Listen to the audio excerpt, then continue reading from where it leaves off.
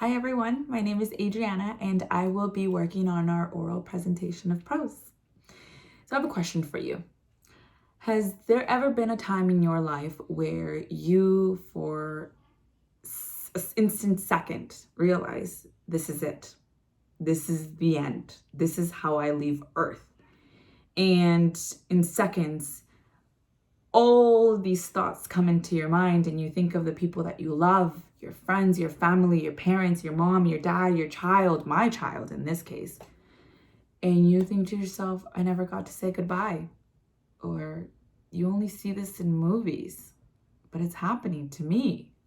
I'm leaving Earth and I'm on a plane thousands of feet above the ground. That's not a feeling that I desire upon anyone, but it happened and I'm here to tell you all about it. So it was a day in October 5 years ago. My husband and I had planned a trip to Paris for 8 days. And he had never been to Paris, and I have, thanks to my work. I've been able to go numerous times. So I was as thrilled as if it was my first time because I was taking my husband. And I was going to get to show him all the cool places I get to talk about. So we're excited. Our flight is at 6 in the morning, and our Uber, it's 3 o'clock in the morning, and our Uber arrives. My mother-in-law comes right in. As soon as we're waiting for the Uber, she comes in. She's watching over our little one for 8 days. So my husband and I get to spend a week together. So we thank her, very thankful. And I go into my son's room and I don't wake him up because it's 3 in the morning. And I kiss him. I tell him that I love him. I give him a kiss, say a little prayer. And anytime that you leave someone that you love, especially your child, and you know you won't see them for a while, it takes a little part of you, like, gulp. And I kissed him and I prayed, for his safety, for our safety, and closed the door. And I thank my mother-in-law and give her the whole list of all the things that, surround my son and having to take care of him for a week. But we're excited. It's 3 in the morning, no sleep, but who thinks of sleep when you're going to Paris? So my husband and I take our stuff, go onto our Uber, get on that 405, no traffic at 3 in the morning. And we arrive at LAX, get our boarding flights, our passport, and check in. Everything is going smooth, just as you would like. Because there's something about traveling, working in the travel industry, you learn that flying is unpredictable, just traveling. Things change and you're just supposed to be prepared for all of that. So we're good, we're excited. And we check in, going up the escalator, going through security and taking off our shoes. We're all done with that. We're like, okay, so we walk. I always like to walk straight to our gateway so I can know exactly where we're supposed to run to in case something happens, meaning we're late. So we go in there, we see our area. Okay, so let's go get a drink. It's time to celebrate. It's 5 in the morning, but hey, you're going to Paris. So we go to the bar and my husband orders a beer. I order a mimosa. We cheers, we talk about exciting things. We look over our itinerary and we realize, okay, I think it's time to get back to the area. They're gonna start boarding. So we walk over to our waiting area. We sit down, find a good spot to sit down. Look for the outlets to charge your phone. So look to see where you can charge your phone, plugs it in, charging, phone's charging, Instagramming, posting where I'm at, of course. And I see a gentleman across me and he seems a very approachable gentleman. He has a carry-on bag, like a man bag. He has a heavy camera, like a professional camera. So I'm thinking to myself, he's a journalist, a photographer or something, some sort. He's taking pictures of random things. And I think to myself, oh, I hope he doesn't take a picture of me because I have no makeup on. It's 5 in the morning again. So I see him approach a family of 5. And it's a Muslim family. They have their hijab and they're pretty covered up. And he's approaching them. And I think to myself, I wonder what he's saying, but I can't hear. And he greets them, talks to the father. The father's nodding, smiling. He steps back and he takes a picture of them, portrait. So I think to myself, is he being just taking pictures of different cultures at an airport. Did the family say something really interesting that he had to take a picture of them? Don't know. But I remember telling my husband, he seems like a really nice guy. He's not, he's not too on top, but he seems just friendly. So whatever, that goes on. We went to the plane.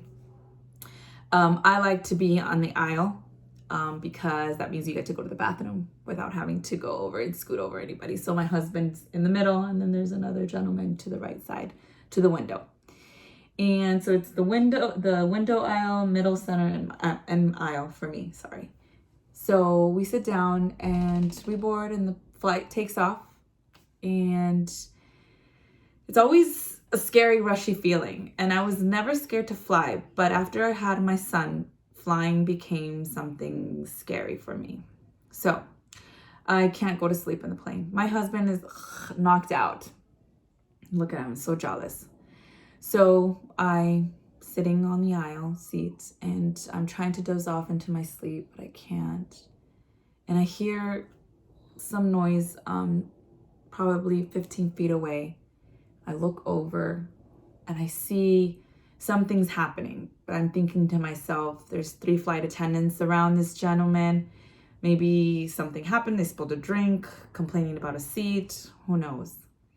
And I'm trying to doze off, but then I hear people kind of exasperate. And I wake up and I look over and I can't see so close, but I realize that it's the gentleman that was in the waiting room taking pictures. I think to myself, is he being restless? Or is he sick? Or is he fainting? Or what's happening? And then suddenly you hear a loud yell. And it's those yellings. It was a fighting yell. He's saying, "Get off of me. Don't you dare touch me. Get away." And I look at myself, I'm like, "George, wake up." He's dozing off. I'm like, "Wake up."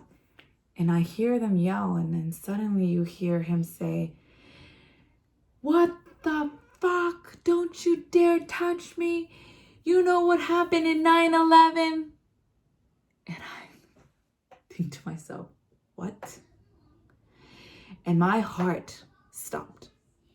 And for that second, I thought of my son. Oh my gosh, my son is not going to see his parents again. My son will not grow up with a mom and a dad. My sister's gonna have to take care of him. Is she gonna be a good parent? Is she going to love him the way that I love him? Is she going to help him in his homework? Is she going to give him the right education? Who's gonna walk down the aisle? Who's gonna be there when he graduates? Is he going to suffer? Is he gonna be depressed? And all these thoughts come into my mind, and this is it. This is how my husband and I leave this earth. And while I'm happy he's with me, my son is not. And he's losing 2 of his parents. So these thoughts come in a matter of seconds. And I wake up my husband and I say, "Wake up. Something's not okay." And you see the flight attendants walk right through. This lady comes in, grabs a red phone, says something to the captain, a code. And I'm thinking, what the hell is happening? You see another flight attendant walk right by behind her, hovers down, whispering, "Is there anyone from the military? Is there any police here? Do we have anyone from the military experience?" And my heart just sank. It was it. That's it. This man is going to crash this plane. We are all going to die. And I don't get to say goodbye to my son. So all of that happens, and they tie him up. And I don't know what they do, if they sleep him. I don't know what happens, because you suddenly don't hear him. But you can see that there's people around him telling him to please calm down. "Sir, please calm down." But you see that he's tied.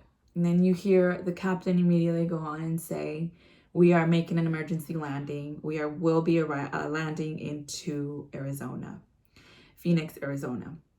Mind you, our flight had to go from LAX to JFK.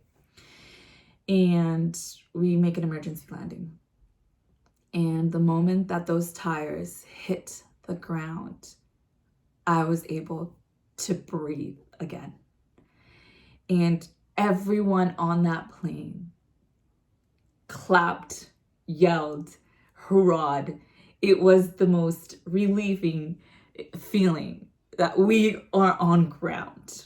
And sure enough, the police, the FBI come in and they take him out. And everyone starts clapping when he's out. And we are asked to remain seated. The story after that was another ordeal. But those seconds of my mind thinking it was done, felt like an eternity. It felt like it was never going to end. And now I know that before I leave, I have to think that it's the last day, it's the last moment that you can see that love, that person you love.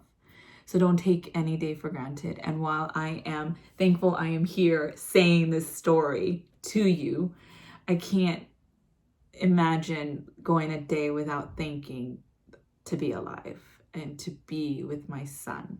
So that is my presentation. I'm sorry that it took a little bit over 10 minutes. I hope you enjoyed it. Bye-bye.